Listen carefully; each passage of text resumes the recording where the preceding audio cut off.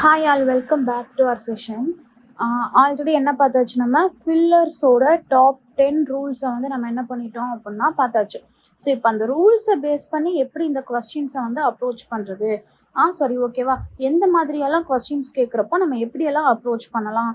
ஆக்சுவலாக ஃபில்லர்ஸ் அப்படிங்கிறப்போ ஒரு ஸ்டாட்டிக்கான ஒரு விஷயம் தான். இதை மட்டும் நம்ம மைண்டில் ஏற்றிட்டோம் அப்படின்னா என்ன பண்ணிடலாம், எப்படிப்பட்ட ஃபில்லர்ஸாக இருந்தாலும் ஈஸியாக அட்டன் பண்ணலாம். சரிங்களா? So first question பாருங்க, the minister's speech was full of vague promises and political rhetoric completely lacking in dash details. அப்போ எனக்கு இந்த கொஸ்டினோட மீனிங்கே தெரியாட்டி கூட லேக்கிங் அப்படிங்கிறதுக்கான மீனிங் தெரியுமா? லேக் அப்படின்னா என்ன அர்த்தம்? ஏதோ ஒரு விஷயம் கம்மியா இருக்கு அப்படின்னு சொல்லி அர்த்தம். அப்ப எப்படிப்பட்ட டீட்டெயில்ஸ் வந்து அங்க கம்மியா இருக்கு. ஸோ யூஸ்வலாவே டீட்டெயில்ஸ் எப்படி இருக்கணும்? கரெக்டான டீட்டெயில்ஸா இருக்கணும். சரிங்களா? அப்ப அந்த இடத்துல சூப்பர்ஃபிஷியல் டீட்டெயில்ஸ்ன்னு சொல்லுவோமா? சூப்பர்ஃபிஷியல் அப்படிங்கிறப்போ அதுக்கு என்ன மீனிங்? ஷாலோ அப்படின்னு சொல்லி வச்சுக்கலாம். அப்போது ஷாலோ டீட்டெயில்ஸ் வந்து லேகாக இருந்தால் என்ன, இல்லாட்டி என்ன, ஸோ அதை பற்றி நம்ம கண்டுக்க மாட்டோம். அப்போ இந்த சூப்பர்ஃபிஷியல் எனக்கு வராதுன்னு தெரிஞ்சிடும். அது மாதிரி ஏஸ்தட்டிக் அப்படின்னு சொல்லியிருக்கிறாங்க. ஏஸ்தட்டிக் அப்படிங்கிறப்போ பியூட்டி இல்லை அப்படின்னா அந்த ஸ்டைல் அதை பற்றி பேசுகிறப்போ ஏஸ்தட்டிக் சொல்லலாம். பட் டீட்டெயில்ஸுக்கு ஏஸ்தட்டிக் அப்படிங்கிற வேர்டு எனக்கு பொருத்தமாக இருக்காது. இதையும் என்ன பண்ணிடலாம், நான் ரிமூவ் பண்ணிடலாம். சரிங்களா? இன்ட்யூட்டிவ் அப்படின்னு சொல்லி கொடுத்துருக்காங்களா? இன்ட்யூஷன், அவனோட இன்ட்யூஷன் என்னன்னு எனக்கு தெரியல, which means inner feeling. Inner ஃபீலிங்க்கும் டீட்டெயில்ஸ்க்கும் சம்மந்தம் இல்லை, அதையும் என்ன பண்ணிடலாம், ஈஸியாக ரிமூவ் பண்ணிடலாம். அப்போ அந்த மினிஸ்டரோட ஸ்பீச் ஃபுல்லாகவே எப்படி இருந்துச்சு, ரொம்ப ரொம்ப வேகான ப்ராமிசஸோடு இருந்துச்சு. அதில் எது கம்மியாக இருந்துச்சு, ஒரு கான்க்ரீட்டான டீட்டெயில்ஸ் கம்மியாக இருந்துச்சு. So answer B is my right. ஓகேவா? ஸோ கான்க்ரீட் அப்படிங்கிறப்போ கிளியர், ஸ்டாண்டர்ட், ஸ்பெசிஃபிக் அப்படிங்கிற மீனிங் எனக்கு இம்ப்ளை பண்ணும். Then second question பாருங்க, despite repeated warnings he continued to dash the safety protocols endangering everyone in the lab. அதாவது திருப்ப warning கொடுத்து கொண்டே இருந்த போதிலும் அவன் என்னதான் பண்ணான், அந்த சேஃப்டி ப்ரோட்டோகால்ஸை என்ன பண்ணியிருப்பான், எய்தர் பாசிட்டிவான வேர்டு இல்லை அப்படின்னா நெகட்டிவான வேர்டு. பட் டெஸ்பைட் அப்படின்னு சொல்லி கொடுத்ததுனால இந்த இடத்துல ரிப்பீட்டட் வார்னிங்ஸ் அப்படின்னு சொல்லி கொடுத்துருக்குறாங்க. அப்போ கண்டிப்பாக இங்கே என்னதான் வரும், ஒரு நெகட்டிவான வேர்டு தான் வரும். he continued to, அவன் என்னதான் பண்ணான், அவன் அந்த ப்ரோட்டோகால்ஸை என்ன பண்ணலை, ஃபாலோ பண்ணலை. ஸோ அவமதிச்சிட்டான் அப்படிங்கிற மாதிரியான வேர்டை நான் சூஸ் பண்ணணும். இம்ப்ளிமெண்ட் கண்டிப்பாக எனக்கு வராது. புரிஞ்சுதா? அதே மாதிரி கம்ப்ளே அப்படிங்கிறப்பும் என்னதான் அப்படின்னா ஃபாலோ பண்ணுறதுன்னு தான் வரும். பட் இந்த இடத்துல டெஸ்பைட் கொடுத்ததுனால கண்டிப்பாக I should choose negative word. அப்போ கண்டிப்பாக கம்ப்ளேயும் எனக்கு வராது. வயலேட் அப்படின்னா அவன் என்ன பண்ணான்னா பிரேக் பண்ணான், ரூல்ஸை பிரேக் பண்ணா அப்படின்னு சொல்லி சொன்னப்போ ஐ கேன் யூஸ் வயலேட் அப்படிங்கிற வேர்ட். பட் இந்த இடத்துல அவன் ரூல்ஸை ஃபாலோ பண்ணலை, மதிக்கலை அப்படிங்கிறப்போ வயலேட்டை யூஸ் பண்ண முடியாது. Disregard is the best option. சரிங்களா? Option D is the perfect one. எதனால அப்படின்னா டிஸ்ரிகார்ட் அப்படிங்கிறப்போ இக்னோர், ரிப்பீட்டட் வார்னிங்ஸ் அவன் என்ன பண்ணலை, மதிக்கலை, விட்டுட்டான், கவனிக்காமல் விட்டுட்டான், அவன் அதை மீறி போகலை பட் அதை கண்டுக்காமல் விட்டுட்டான். That is disregard. ஸோ அடுத்த கொஸ்டின் பாருங்க, with the global economy in turmoil even the most dash markets are facing unprecedented challenges. அதாவது குளோபல் எக்கனாமி பிரச்சனையில் இருக்கிறப்போ, குழப்பத்தில் இருக்கிறப்போ, most dash markets are facing unprecedented challenges.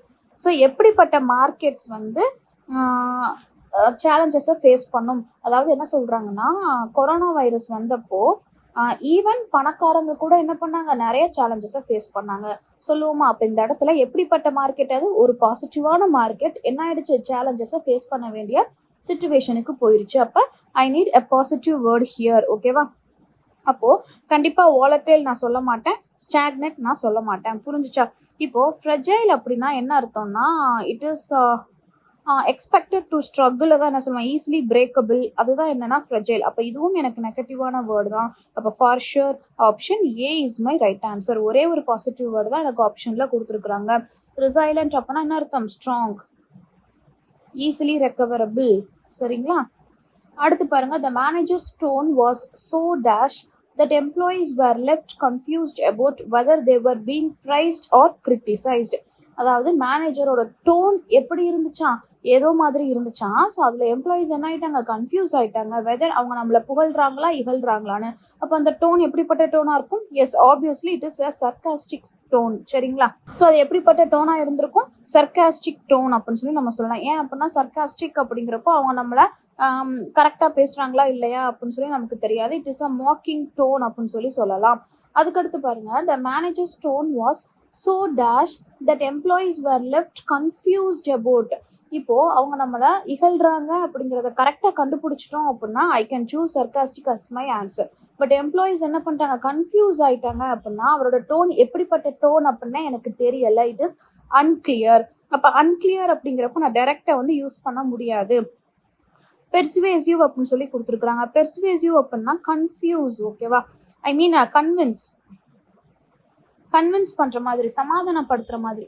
அப்ப சமாதானப்படுத்துற மாதிரியான டோனுக்கு கன்ஃபியூஸ் ஆக வேண்டிய அவசியம் கிடையாது.